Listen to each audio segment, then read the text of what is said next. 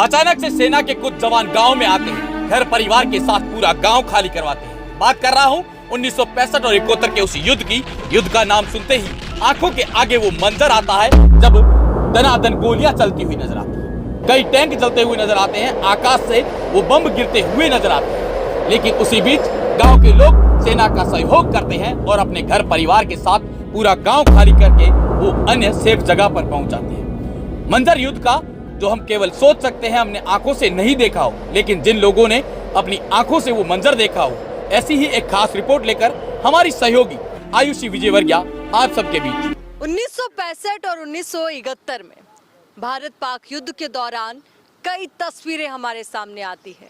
हम तो उस दौर में नहीं थे, पर कई लोग हैं जिन्होंने अपनी आंखों के सामने इस युद्ध को देखा है। उनके मानस पटल पर ये युद्ध कई ऐसे गहरे निशान छोड़ चुका है जिनको देख करके या कहें कि जिनको याद करके अगर आज भी वो उन पलों के बारे में सोचते हैं तो कभी डरते हैं, कभी सहमते हैं, क्योंकि जो लोग यहाँ पर रह रहे थे आम लोग, उनको वाकई में इस युद्ध से बहुत ज़्यादा प्रभावित होना पड़ा था। क्या कुछ रहा इस युद्ध के दौरान, यहाँ पर जो हमारे साथ हैं इस गाँव के ही एक ऐसे शख्स जो कई साल तक गांव का नेतृत्व भी करते रहे, सरपंच वो रहे, पर एक अध्यापक भी वो रहे, और साथ ही आज जब ग्राम के बुजुर्ग हैं तो वाकई में इनको यहाँ पर एक सबसे अनुभवी व्यक्ति के तौर पर आप जान सकते हैं। तो वहीं हमारे साथ हाजी जी यहाँ पर मौजूद हैं, एक बार उनके बारे में पूरा परिचय आपको देंगे।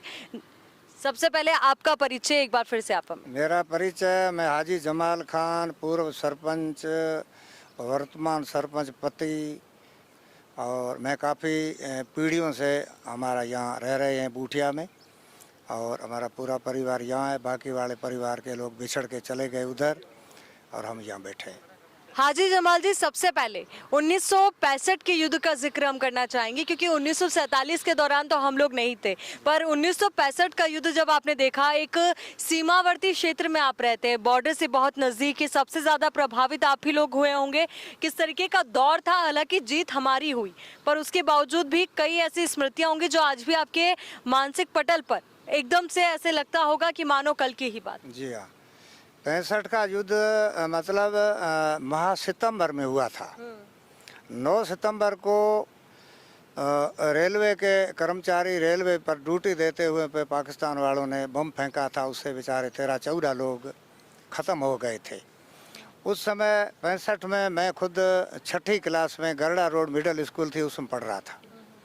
मैं यहाँ से घोड़ी चढ़ करके स्कूल जा रहा था तो मैंने वो हवाइयों के धमाके देखे, मैं घोड़ी लेके वापस घर आ गया। मैंने पिताजी से पूछा वापस क्यों आया? मैंने कहा वहाँ मैं तो पता नहीं, वो आवाज़ें सुनी तो मैं तो डरता हुआ भाग के आ गया। आवाज़ें कितनी तेज थी? आवाज़ें बहुत थी, ज़्यादा थी। तो उस आवाज़ के बाद क्या हुआ कि ट्रेन में जो लोग बैठे थे, यात्री जो गरड़ा जा रहे थे, तो उन लोगों के वो हवाई के छर्रे लगे थे, बम के छरों से बेचारे घायल हो गए। वो लोग पैदल चल करके हमारे यहाँ घर आए। कुछ लोग मतलब खून के धब्बे लगे हुए, किसी के क्या लगा हुआ, यहाँ आ गए। वो लोग आप लोग को जानते थे या फिर बस मदद के आते थे? मेरे पिताजी को वगैरह को वो लोग जानते थे, कोई गरड़ा रोड के थे, कोई गागरिया स्टेशन के थे। तो फिर वो यहाँ आए, उनको मेरे पिताजी ने पूछा क्या हुआ? तो यार ये गाड़ी पे यूँ हवाई ने छर्रा फेंका, उससे हम लोग घायल हो गए, बाकी बेचारे कितने मरे, क्या हुआ? हम तो तोड़ के इधर आए। फिर मेरे पिताजी ने हमारे गांव के लोगों को साथ में उनको ऊँट दिए, किसी को क्या दिया, गागरिया स्टेशन तक उन लोगों को पहुंचाया सुरक्षित, क्योंकि उस समय कोई गाड़ी वगैरह का ऐसा साधन यहाँ नहीं था। लोगों के खुद के पास ऊँट घोड़े यही थे। उस समय उनको वहाँ पहुँचाया। उसका कुछ दिन बीतने के बाद में हमारे को भी हमारे यहाँ की BSF ने, बॉर्डर सिक्योरिटी फोर्स ने आके इन्फॉर्म किया कि आप लोग अपना गाँव खाली कर दो, भारत और पाकिस्तान का युद्ध भयंकर चल रहा है, आप लोग कहीं यहाँ चपेट में आके मर जाओगे। फिर हम लोगों ने हमारे गांव को पूरी तरह से खाली कर दिया। घरों में कोई छोटा मोटा सामान था, बर्तन बिस्तर जैसे भी उस समय थे, बहुत लोगों की उस समय स्थिति नाजुक थी, और किसी के पास बकरियां थी, किसी के पास गाय थी, किसी के पास ऊँट थे, तो ऊँटों पे वो सामान डाला, बच्चों को लिया साथ में। फिर हम लोग यहाँ से चल बसे। कितना मुश्किल रहा होगा अपना खुद का घर ऐसे खाली छोड़कर। घर पूरे यूं के यूं रह गए, खुले, कोई सामान था तो अंदर रहा। हमने समझा हम बच जाएं, सामान जिंदे हुए तो ले लेंगे। फिर हम चले गए यहाँ से करीब 10 किलोमीटर दूर धोरों में। धोरों में जा कर के हमने अंडरग्राउंड कच्चे ये मोर्चे बनाए, खड्डे खोदे, ऊपर घास दिया अपने बच्चों को सुरक्षित रखने के लिए। क्या पता हमारा झुंड बैठा हुआ देख करके दुश्मन कहीं ऊपर कुछ न कुछ डाल के ख़त्म न करे। तो हम वहाँ रह गए। हमारे पास में एक झेलून नाडी थी, अभी भी है, बहुत अच्छी नाडी है। उसमें उस समय पानी था, ये विक्रम संवत उस समय 22 थी। तो वो नाडी पानी से भरी हुई थी, खेतों में फसलें बहुत अच्छी थी। फिर हम लोग वहाँ रह गए, वहाँ हम काफ़ी टाइम रहे। पीछे हमारे घर उजड़ दिए, वहाँ से लोग आए, वो अंदर घुसे, किसी ने तोड़ा, किसी ने फोड़ा। गांव की चारों तरफ हमारे भारत की सेना बिछकाई थी, पूरे ये धोरे भरे हुए थे। आप जो अभी आए हो रेलवे क्वार्टर ट्रेन से, ये मैदान ताला है, ये पूरा भरा हुआ था, ऊँट थे वगैरह थे, सेना बहुत अच्छी थी। सेना वालों ने भी हमको कहा भाई साहब निकल जाओ, क्योंकि यहाँ रहोगे कोई नुकसान होगा, हम लोग तो हमारी में फंसे हुए हैं, तुम तुम्हारा जी बचाओ। फिर हमारा उन्होंने भी सहयोग दिया। फिर हम वहाँ रहे काफ़ी टाइम रहने के बाद में 65 में ज़रूर भारत को उधर वालों ने तकलीफ़ दी थी कुछ इलाकों में। बाकी भारत के सैनिकों ने ये आगे काफ़ी जगहों तक तो उनको धकेल के निकाल दिया। लेकिन बाद में ताशकंद वाला समझौता हुआ, मुझे याद है, मैं उस समय 6वीं में पढ़ता था। तो उसमें समझौता हुआ भारत पाकिस्तान का। जो भी इलाका पाकिस्तान के पास था, भारत के पास, आपसी उनका जो पुराना कोई नियम बना उससे उन्होंने आगे पीछे दिया किया, वो तो वो जाने, उनका काम जाने। ये हुआ था। हम लोग बड़े गांव छूटने के बाद ज़रूर दुखी तो रहे, बाद में वापस आए। फिर हमारे घर हमारे जो बिखरे हुए तो हमने वापस बनाए। एक बार नहीं हमने अच्छे घर बनाए, बनने के बाद फिर 71 का युद्ध हो गया। यानी कि एक बार घर जो बना हुआ था वो टूटा और फिर जब सही हुआ तो वापस से वो। हाँ, 71 का युद्ध हुआ दिसंबर में, 3 दिसंबर को हुआ। तो उस युद्ध में भी हमारी यही हरकत रही, हमको गांव खाली करा दिया। फिर हम चले गए उसी क्षेत्र में, वहाँ जाकर रहे। वहाँ हम करीब 40-45 दिन रहे, 1.5 महीने तक।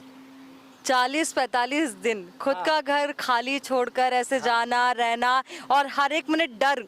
हाँ, दिल में घबराहट थी कि हमको यहाँ मरना ही पड़ेगा वापस। हमारा अब जहाँ जन्म स्थान है वो तो अपने कहते हैं कीड़े के लिए चाहे जैसा भी है वो है, आग है तो भी कीड़े के लिए मीठा है। तो हम वहाँ रहे। उसके बाद में शिमला समझौता हुआ, भारत ने बांग्लादेश को आज़ाद करवाया। इंदिरा गांधी उस समय भारत की प्रधानमंत्री थी और बहुत अच्छी संजीदगी से पाकिस्तान में छाछरो जो है इस रेगिस्तान में अपने यहाँ से करीब 30-35 किलोमीटर आएगा या 40-30 है, उसमें भारत का कलेक्टर बैठा था हमारा बाड़मेर ज़िले का। वहाँ काफ़ी टाइम कार्यकाल अच्छी तरह से चला। समझौते के बाद में हम समझे कि उस इलाके तक अगर वो इलाका भारत ले लेता है तो हम लोग फ्री रहेंगे। हमारे जो पिछड़े हुए हैं 47 वाले लोग, वो और हम वो साथ में रहेंगे। लेकिन जो देशों के नियम है संयुक्त राष्ट्र संघ के, उन नियमों के कारण उन्होंने जो इलाका पाकिस्तान को वापस दे दिया सिवाय बांग्लादेश के। तो उससे हमारे लिए अभी भी बॉर्डर मेरे घर से 4 किलोमीटर है। अभी भी बॉर्डर यहाँ से महज 4 किलोमीटर दूर है, और 4 किलोमीटर के पार दूसरा देश है, वो है पाकिस्तान। देश है पाकिस्तान, उसमें भी अपने जैसे ही रह रहे हैं, वेशभूषा, खाना पीना, रहन सहन वगैरह। भारत में जो डेवलपमेंट हुआ वो वहाँ नहीं हुआ। मैंने 2006 में देखा, वहाँ बेचारे पिछड़े हुए पड़े हैं लोग। यहाँ से गए हैं, वहाँ सेवाएं हैं जो अपने यहाँ बहुत अच्छी है, और यहाँ हॉस्पिटल है, शिक्षा के बारे में है, स्वास्थ्य के बारे में है, बाकी बिजली के बारे में, तो यहाँ बहुत अच्छी सुविधाएं हैं। वहाँ ऐसी सुविधाएं नहीं है। वो लोग बेचारे, अच्छा अभी वो लोग बहुत बुरा गुजार रहे हैं। उनके वहाँ 150 रुपये किलो आटा मिलता है खाने को आज के दौर में। आज के दौर में उनकी हालत ख़राब है।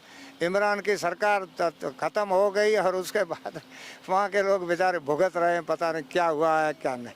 बिल्कुल, कब तख्ता पलट हो जाए ये तो कोई नहीं जानता पाकिस्तान में, कब सेना पूरा तख्ता पलट। बिल्कुल है, अब कुदरत जाने क्या हो है। देखो, राज के घर का, और हमारी कहावत में लोग पुराने कहते हैं कि खुदा के घर का, भगवान के घर का उनको ही मालूम है। बिल्कुल, क्या कहना चाहेंगे, एक विभाजन के दौर में आपको भी डर लगा होगा कि शायद हम पाकिस्तान में चले जाए या हिंदुस्तान में रहे? था, दिल में घबराहट थी।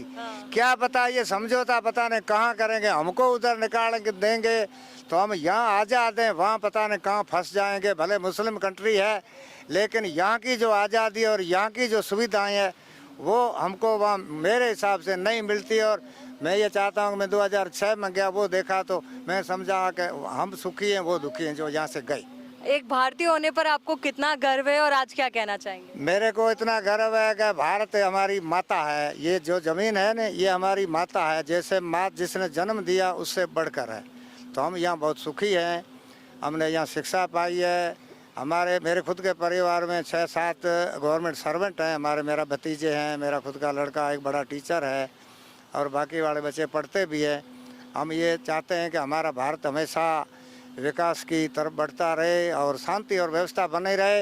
ये जो हमारा बिछड़ापन है, ये अगर ये दोनों देश बैठ के करें तो हम इनको बहुत दिल जान से आशीष देंगे और अगली पीढ़ी भी इनको अच्छा आशीष देगी। नहीं तो हमारा ये दुख तो सारा मिटने वाला नहीं है। क्या करें। धन्यवाद, आप लोगों ने हमसे ये संपर्क किया और जो मेरी जानकारी थी वो मैंने आपको अच्छी तरह से दी। और भी कोई पूछना चाहते हो तो मैं हाजिर हूँ। धन्यवाद हाजी जमाल जी, आपने बहुत बेहतर तरीके से दोनों युद्धों का दौर हमें बताया, समझाया और साथ ही एक बड़ी जानकारी आपने साझा की कि किस तरीके से उस दौरान एक एक पल इनका डर के साए में बीत रहा था। पर खुशी ये हुई कि ये भारत में रह रहे हैं और भारत को इतना विकसित होते हुए देख रहे हैं। आज भी इनकी उम्मीद यही है कि दोनों देशों में सद्भावना कायम रहे, एकता कायम रहे और शांति के साथ, अमन और चैन के साथ दोनों देश आगे बढ़ते रहें। और एक बार फिर से आपको जानकारी दे दें कि ये थे हमारे साथ हाजी जमाल जी, जो इस गाँव के सरपंच भी रहे हैं। आज इनकी धर्मपत्नी यहाँ सरपंच का कार्यभार संभाल रही है और साथ ही इस गांव के विकास को लेकर के ये तत्पर है।